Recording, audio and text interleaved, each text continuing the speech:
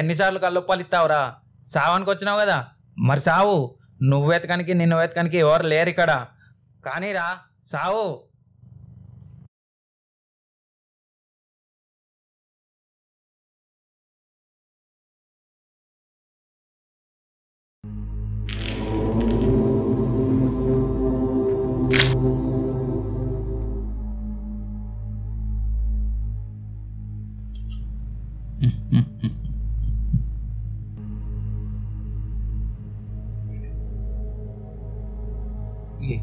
ఎవరు నువ్వు? ఎందుకు నవ్వుతున్నావు? నా మాట నువ్వేం వింటావు కానీ అతని మాట విను. కానీరా అంటే మళ్ళీ నీదేం సొల్లురా నాయన.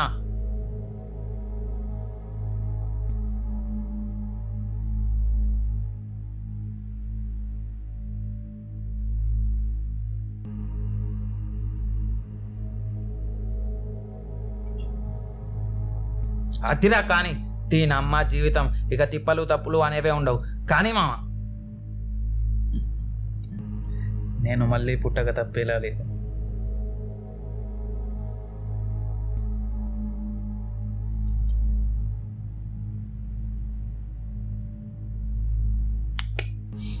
అరే కానీ మాటలింటే సత్తావురా బాయ్. నువ్వు కొంచెం మూసుకో, లేదా ముందు నిన్ను చంపి ఆ తర్వాత నేను చేస్తా. ఇప్పుడు చెప్పు, మళ్ళీ పుట్టడం ఏంటి? నేను ఇంకెవరో కాదు, నీలోని అంతరాత్మని. మరి ఇన్ని రోజులు కనిపించని వాడివి ఇప్పుడు ఎలా కనిపిస్తున్నావు? నేను అనుకునే నీలోంచి నేను విడిపోయే క్షణం వచ్చింది కాబట్టి కనిపిస్తున్నాను. నువ్వేమైనా చెప్పు, నేను మాత్రం చేస్తా. నా వల్ల కాదు, ఇది ఫిక్స్. చస్తే అయినా మనశ్శాంతి దొరుకుతుంది.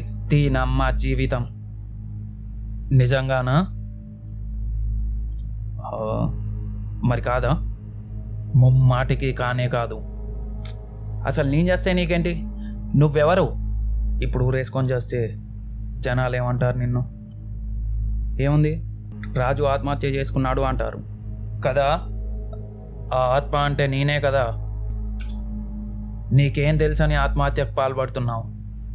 నీకు తెలుసా, నువ్వు ఇదే విధమైన చావుని ఇప్పటికీ 95 సార్లు చేశావు. నిజమా?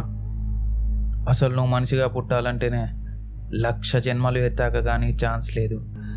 అలాంటిది ఇప్పుడు మళ్ళీ ఇలా ఆత్మహత్యా ప్రయత్నం చేస్తుంటే నవ్వాలో ఏడవాలో అర్థం కాక ఇంకా ఎన్నిసార్లు పుట్టాలా అని ఆలోచిస్తున్నాను. అంటే అంటే అవును, నువ్వు ఇదే సమస్యలతో పోయిన జన్మలో కూడా ఆత్మహత్య చేసుకున్నావు. నిజమా? నిజమా అంటే ఇక్కడే ఇలాగే అని కాదు. రకాలు ఎన్ని అయినా చచ్చిపోయింది అన్ని రకాలుగా నువ్వే అన్నది నిజం. మరి మరి నా ప్రాబ్లమ్స్? నువ్వు కావలాగాని మాటలు నేనెక్కరా బాయ్. ముందు నేను అడిగిన దానికి జవాబు చెప్పు. కానీ జవాబు ఇస్తే ఇక్కడి నుంచి వెళ్ళిపోతావా? పోతానరా బాయ్, నా పెళ్ళాని వారా పట్టుకొని ఉండడానికి. గట్లయితే చెప్పు, మస్తుగా నిద్రపోతే మనిషి అన్నోనికి మస్తుగా మనశ్శాంతి అనిపిస్తుందా లేదా? అయితే నేను కదరా బాయ్ చెప్పేది. నిద్రపోవడం అంటే సగం చచ్చిపోవడం, మరి పూర్తిగా చచ్చిపోవడం అంటే సగం నిద్రపోవడం.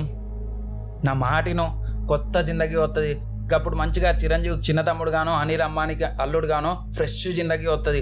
సావరా బాయ్ నా మాటిని.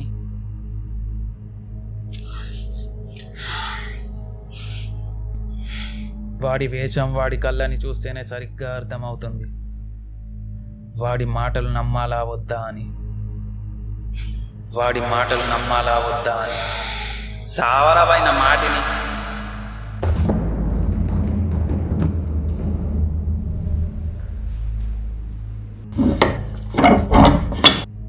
అరే ఏడికి పోతానవరా బాయ్? మందేయానికి రా, రేపు చేస్తా. చీ దీని అమ్మ జీవితం, వీడు చచ్చేలా లేడు.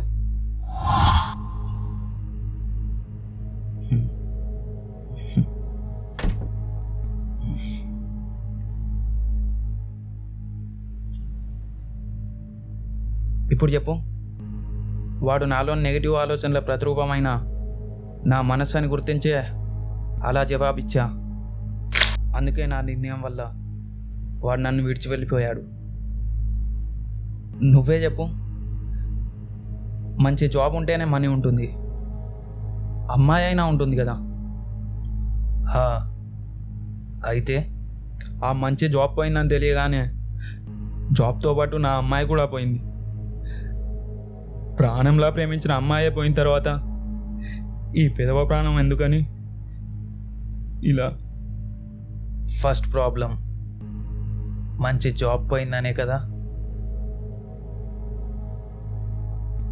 మంచి జాబ్ అంటే మంచి పని. మంచి పని అంటే మంచి కూలీవాడనే కదా అర్థం.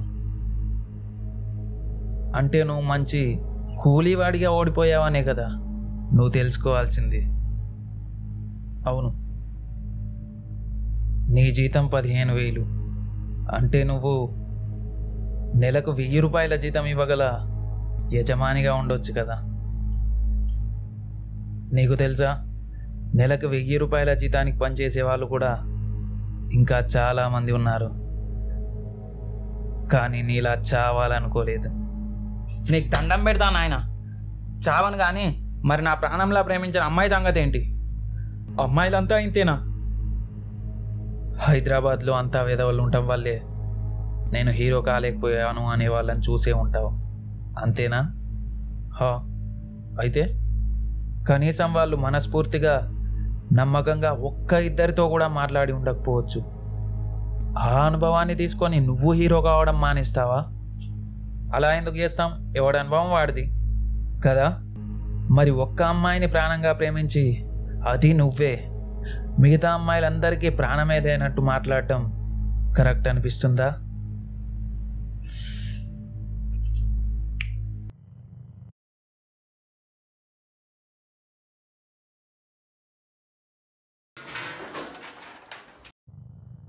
ఎక్కడికి బ్రదర్?